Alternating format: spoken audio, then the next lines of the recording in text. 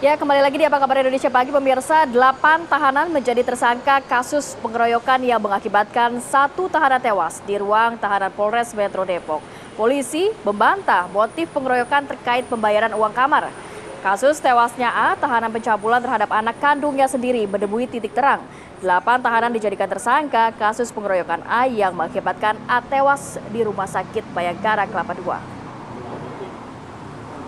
Wakasat Reskrim Polres Metro Depok mengatakan korban dikeroyok sesama tahanan yang geram atas kasus yang membawa A menjadi tersangka. Mereka kesal atas perlakuan A yang tega merusak masa depan anak kandungnya sendiri. A pun dianiaya dengan tangan kosong. Selain itu juga dipukuli dengan pipa yang mereka patahkan sendiri di beberapa bagian tubuh. Ini A diketahui memang kasus pencabulan terhadap anak kandung. Dan korban tahanan ini sempat dibawa ke rumah sakit dan akhirnya dipastikan sudah tidak bernyawa begitu ya.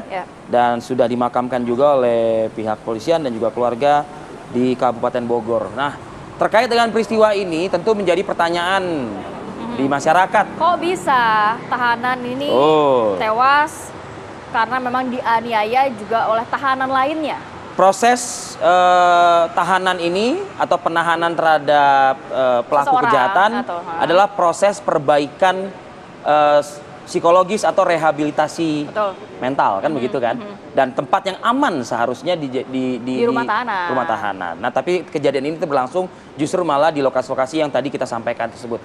Bersama kita pagi ini ada Komisioner Kompolnas Republik Indonesia, Inspektur Jenderal Polisi Purnawirawan Beni Mamoto. Selamat pagi, Pak Beni. Assalamualaikum, Pak Beni.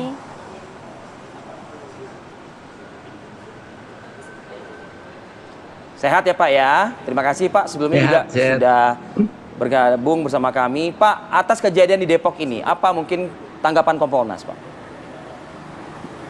Yang pertama tentunya kami menyesalkan ya peristiwa ini terjadi. Kenapa?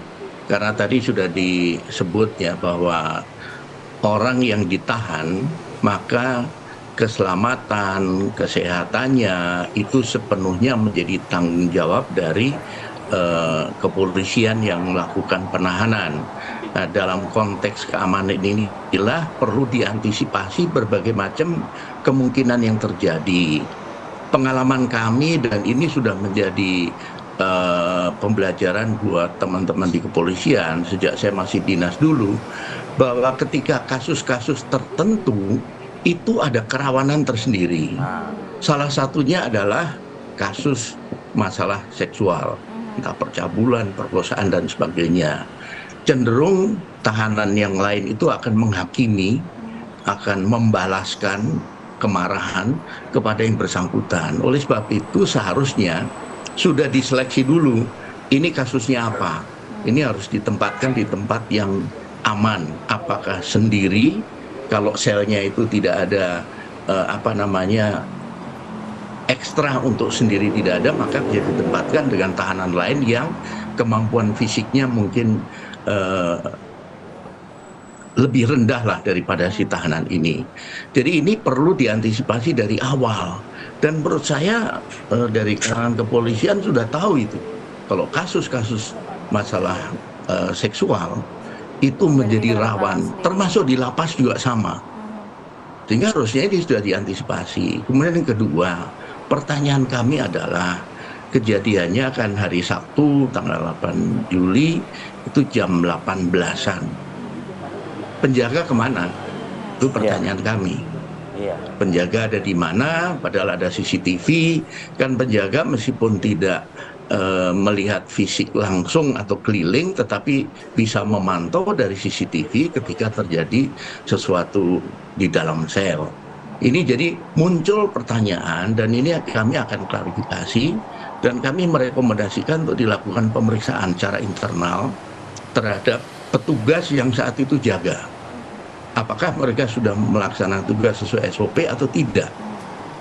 Nah, ketika terjadi kelalaian, pada saat itu meninggalkan tempat tugas dan sebagainya, tentunya perlu ada tindakan secara internal, secara etik. Ini perlu dilakukan. Kemudian kasus lain seperti kasus penyalahgunaan narkoba, ketika dia masuk sel itu masih kurang dari 7 hari, ini hati-hati karena pengaruh narkoba masih ada di dalam tubuhnya. Dan seorang penyalahguna narkoba khususnya yang sudah cukup berat, dia akan mengalami yang namanya mispersepsi panca indera, disorientasi ruang dan waktu, sehingga dia bisa nanti salah paham dengan sesama tahanan, kemudian melakukan kekerasan yang di luar kendali dirinya. Ini harus menjadi perhatian khusus kepada petugas. Baik, Pak Beni, apakah memang harus ada perubahan secara sistem di dalam rumah tahanan begitu Pak? Yang selama ini mungkin bisa menjadi miss selama ini. Menurut kami dari sisi ruang tahanan itu sudah diatur, kemudian sudah ada SOP-nya yang berlaku, dan ketika itu dilaksanakan dengan baik, maka kasus-kasus semacam ini bisa dihindari. Sebagai contoh, ketika petugas harus berjaga, maka dia harus berada di tempat, kemudian memantau CCTV lewat layar yang ada untuk memastikan situasi di dalam tidak ada kejadian. Nah, ketika dia meninggalkan tempatnya, harusnya temannya harus siaga di tempat. Ini yang kami pertanyakan, dan tentunya kami mengharapkan secara internal sudah dilakukan pemeriksaan untuk memastikan ada kelalaian atau tidak. Biasanya apa sanksi yang diberikan, Pak? Itu secara etik dulu.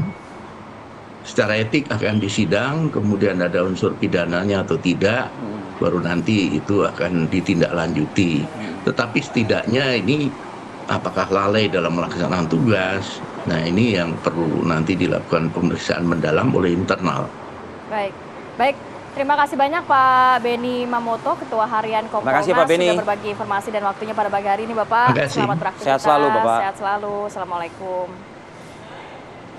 Oke, itu tadi ya. Jadi PR lagi nih buat institusi Polri, ya kan, menjadikan pengawasan, pengetatan. Lebih ketat lagi. Ya, betul sekali Rati. Nah, yuk kita dengar apa yang akan menjadi perhatian juga oleh masyarakat kalau bicara soal polemik Stadion Jakarta International Stadium. Ya kan? Apa yang sebenarnya ada di benak masyarakat? Apakah masyarakat juga mengeluhkan, iya nih kayaknya rumputnya juga tidak sesuai dengan standar FIFA dan lain sebagainya begitu ya. Walaupun sebenarnya juga sudah ada concern untuk penanganan hal itu ya, Via. Betul sekali. Nanti ada Bayu Andrianto ya yang akan memandu dialog bersama dengan masyarakat dan juga narasumber yang kita hadirkan. Usai jeda.